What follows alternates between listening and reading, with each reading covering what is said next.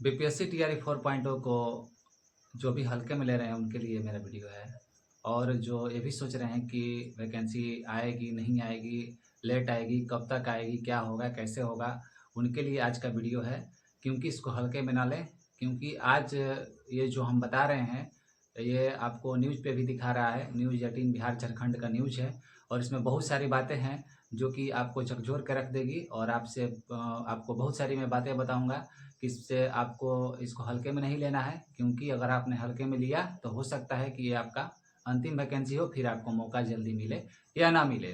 तो जानते हैं विस्तार से, आइए इसको। नमस्कार, प्रणाम, जय हिंद। मैं मनीष आप सभी का स्वागत करता हूं आपके अपने YouTube channel job fix academy पर। तो दोस्तों, इसको आज जानने का प्रयास करेंगे क्योंकि ये न्यूज़ 18 बिहार झारखंड की खबर है और बहुत सारे चीज़ों पर चर्चा होगी।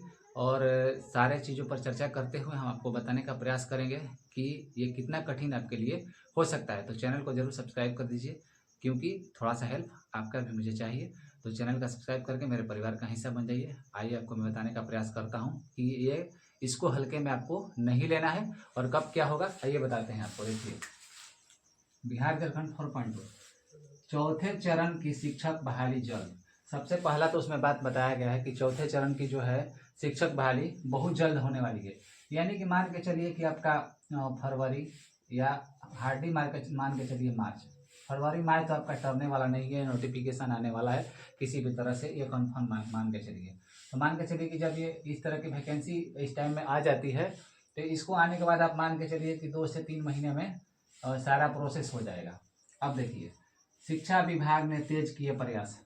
शिक्षा विभाग जोर शोर से लग चुका है कि इसको हम जल्दी से वैकेंसीज का जो जायजा है उसको मंगा लें। मंगाने के बाद में उस पर हम काम करें क्योंकि टीआरई 3.0 की जो है प्रक्रिया, इसकी जो प्रक्रिया है ये लगभग पूरी हो चुकी है।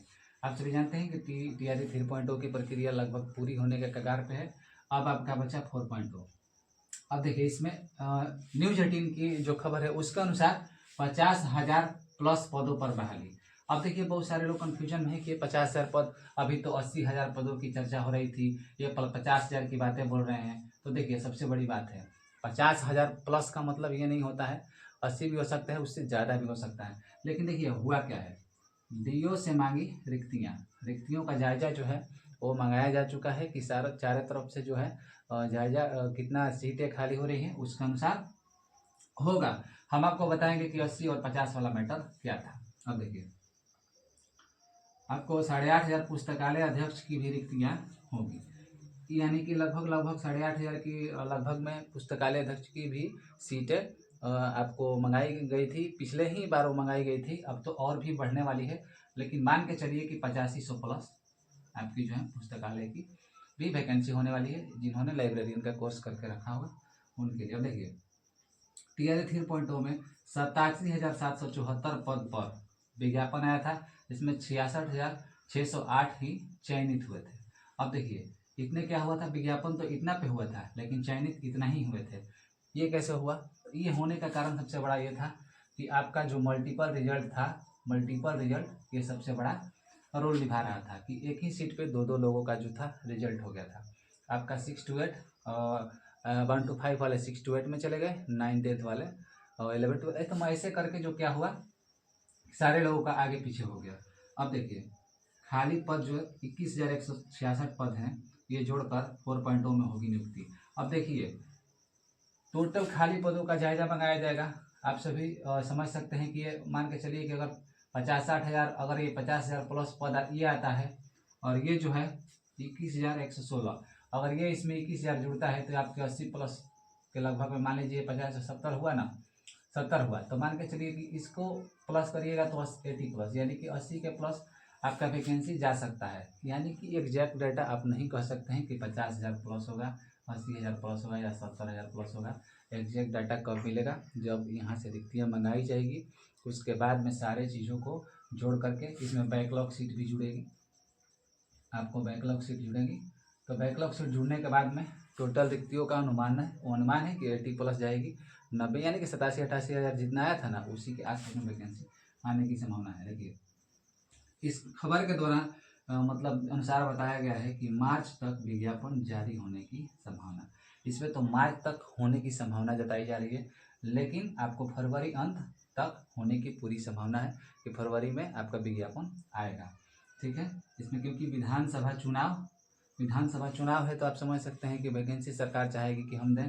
उसके बाद नौकरी का लक्ष्य जो उन्होंने दिया था कि 12 लाख हम नौकरी का जो रोजगार का लक्ष्य था उसको पूरा करने का जो सरकार ने संकल्प लिया था उसको पूरा करेंगे, और पूरा करने के लिए सरकार प्रयासरत है, काफ़ी तेज़ी से कार्य भी कर रही है। अब देखिए टीआरई 4 हो सकता है अंतिम, क्योंकि देखिए ऐसी बात है कि इसको आप देख सकते हैं कि जितना लेट हुआ अभी टीआरई 3 में ही इतना लेट हो गया, लेंथी प्रोसेस से धीरे धीरे काम, रोस्टर 2 महीना लग जाता है, 3 महीना आने में। तो इसको मान के चलिए कि लेट करते करते आपका ये तो जून जुलाई तो पकड़ ही लेगा, फाइनल करते करते जून जुलाई आपका तो पकड़ ही लेगा। अगर जून जुलाई तक होता है तो उसके बाद में समझ जाइए कि आचार संहिता फिर लग जाएगा, उसके बाद तो सारा सरकार का कार्य जो है वो ठप हो जाएगा।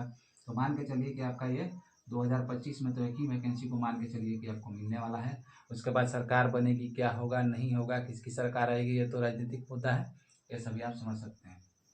अब देखिए टफ होगा टीआरई 4.0। आप सभी को मैं बता दूं कि इसी वजह से मैं आप सभी को बता रहा था कि क्यों आप सबके लिए परेशानी का कारण है, क्योंकि ये टफ होने वाला है। आप इसको मजाक में नहीं लेंगे, बिल्कुल भी इसको मजाक में नहीं लेंगे, क्योंकि देखिए इसमें NIOS वाले हैं, NIOS वाले बच्चे हैं।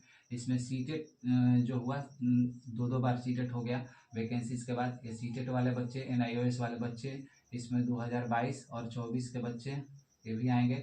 और जितने बच गए हैं अभ्यर्थी, ये सारे जो अभ्यर्थी हैं इसमें ही फाइट करने वाले हैं।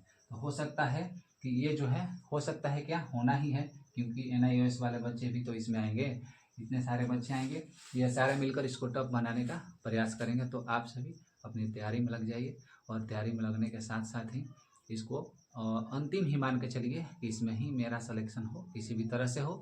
तो इसको क्या करिए कि आप सभी किसी भी तरह से शिक्षक बनने का जो है टीआरई 4 में आप अपना लक्ष्य रखिए और उसी को मान करके तैयारी कीजिए। मिलते हैं अगली अपडेट के साथ, अगली वीडियो के साथ। तब तक के लिए धन्यवाद।